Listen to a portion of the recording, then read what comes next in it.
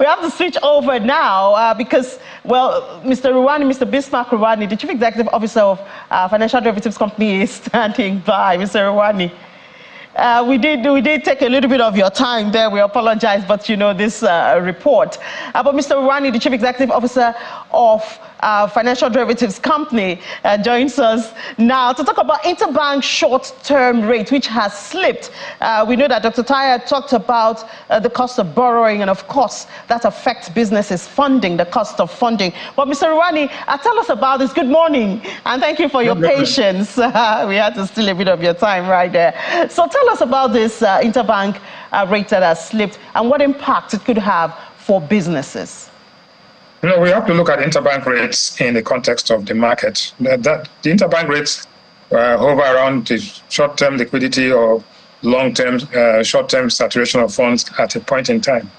But also we had treasury bill rates that went increased yesterday from their low. For example, 90-day treasury bills went up from 2.5 all the way back to about 5%.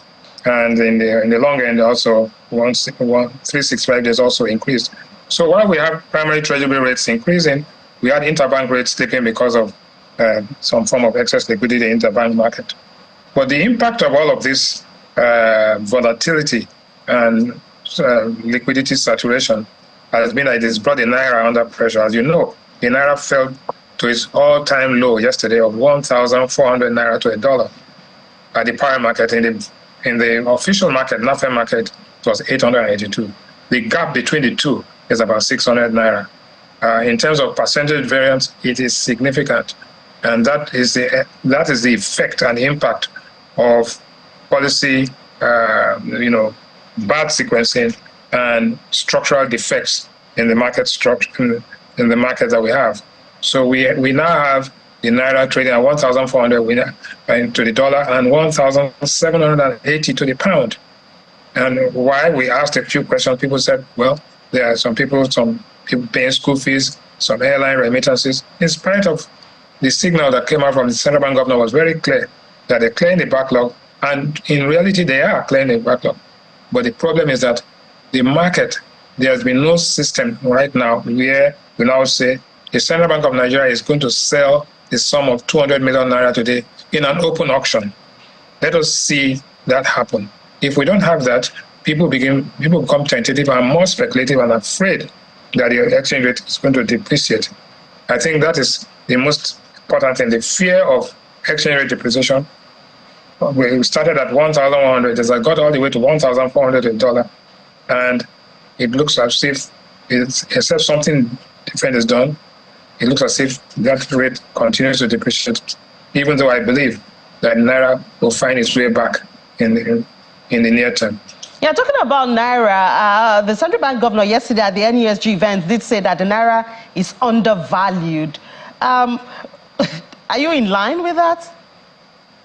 If you compare the Naira at the parallel market, the Naira in the NAFEM market to its purchasing power parity value, you can argue, right? But those are theoretical and abstract terms. The reality is that if you go across the road to buy your dollars today, you have to buy it at 1,400. If the official rate is 885, that currency is overvalued when you compare the parallel rate to the market rate. If you compare to the purchasing power parity, which is a theoretical rate, you could argue that the Naira is probably undervalued to about 2 or 3%. But that's not the reality. Is what money can buy. If you go out there and try to buy the dollars, you will get it at 1,400.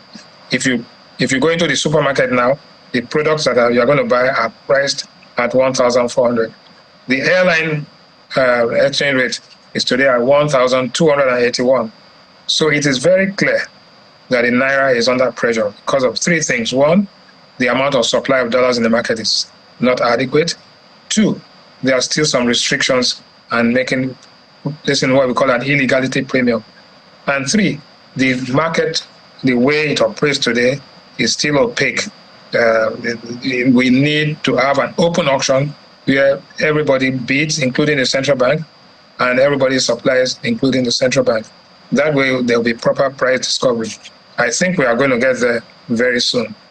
All right, well, we look forward to that very soon, Mr. Bismarck Rwani. Thank you so much for your time and borrowing us some of your time for the first conversation. Chief Executive Officer of Financial Derivatives Company.